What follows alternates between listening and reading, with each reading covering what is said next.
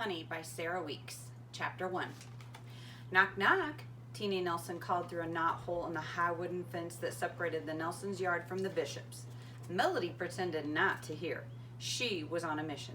She had a serious sweet tooth, and her personal candy fund was running dangerously low. That morning at breakfast, her father had offered to pay her a nickel for every dandelion plant she could pull out of the lawn.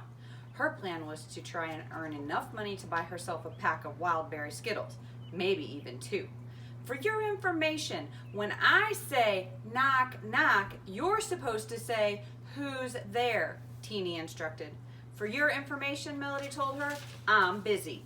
Doesn't look like you're busy, said Teeny, putting a big blue eye up to the knothole. Looks like you're picking dandelions. Can I help?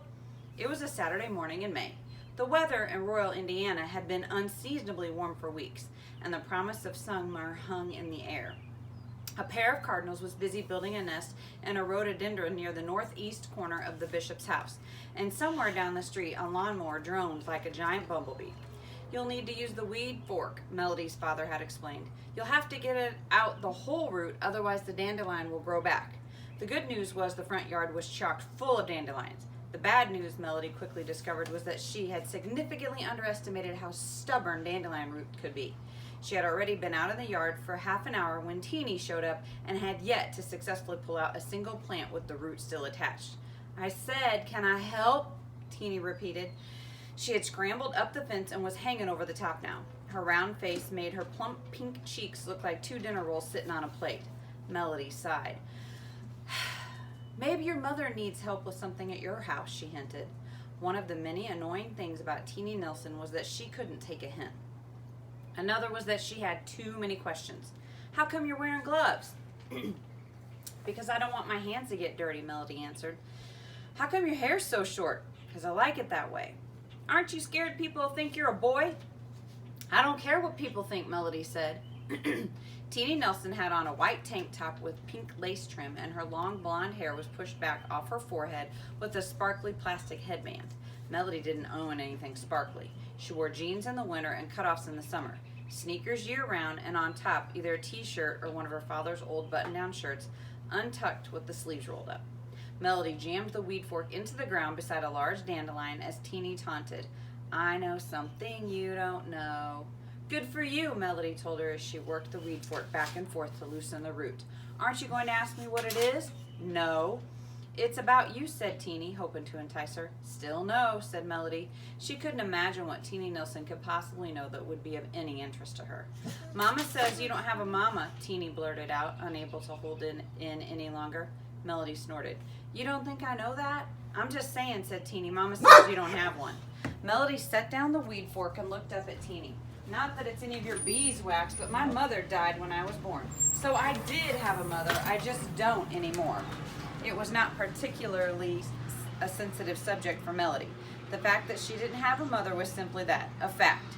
She and her father were very close, and it had always been just the 2 of them. Do you miss your mama? Asked Teeny. How could I? Melody asked. I never even met her. Who cooks dinner for you? My dad. Who tucks you in at night? Asked Teeny. No one, said Melody. I'm too old to be tucked in. Guess how old I am? I don't have to guess. I know how old you are. You're 6. No, I'm not, insisted Teeny. I'm going on 7. Melody gathered a handful of leaves and began gently pulling, trying to ease the dandelion plant out of the ground without breaking off the root. No such luck. Impudent weed, she muttered, throwing the broken plant down on the lawn, which was already littered with a salad of leaf bits and decapitated yellow dandelion heads. Melody was aware that most 10-year-olds didn't use words like impudent, but her father was a high school humanities teacher. She couldn't help it if she had an unusually large vocabulary for someone her age. Why don't you pick the flowers instead of trying to pull out the whole ding-dong thing, Teeny said.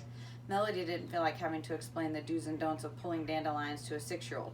Are you sure your mother doesn't need you for something at home? She asked Teeny. Teeny crossed her eyes and made a rude noise with her tongue, then let go of the fence and dropped back down into her own yard with a soft thud. Melody heaved a sigh of relief. With Teeny out of her hair, she could turn her full attention to her work. If things didn't pick up soon, she wouldn't be able to afford a single Skittle, let alone 2 packs of them.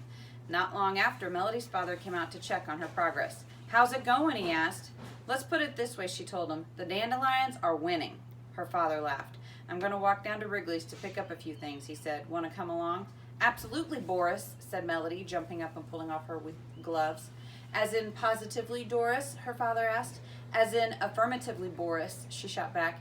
As in unequivocally, Doris? It was a silly word game they had invented called Boris and Doris Thesaurus. Melody quickly racked her brain for another synonym. As in unilaterally, Boris? She said uncertainly. Her father shook her head. Nice try, Mel. Unilaterally means something done without the agreement or participation of other people it might affect, he said. Come on, I'll race you to the end of the driveway. Loser has to do the dishes tonight. Melody was pretty sure her father let her win the race, but she didn't care. Lately, he'd been so distracted, he burned everything he cooked, and with all the pots and pans that needed extra scrubbing, doing the dishes had become a real chore. And his tendency to burn things wasn't the only unusual thing she'd noticed about his behavior lately. He'd been whistling You Are My Sunshine pretty much nonstop for weeks, and just that morning he'd let the bathtub overflow for the second time. More than once, Melody had walked into a room and caught him staring off into space with a goofy-looking grin on his face. When she had asked him what was going on, he had acted like he had no idea what she was talking about. But Melody knew her father better than anyone. Something was definitely up.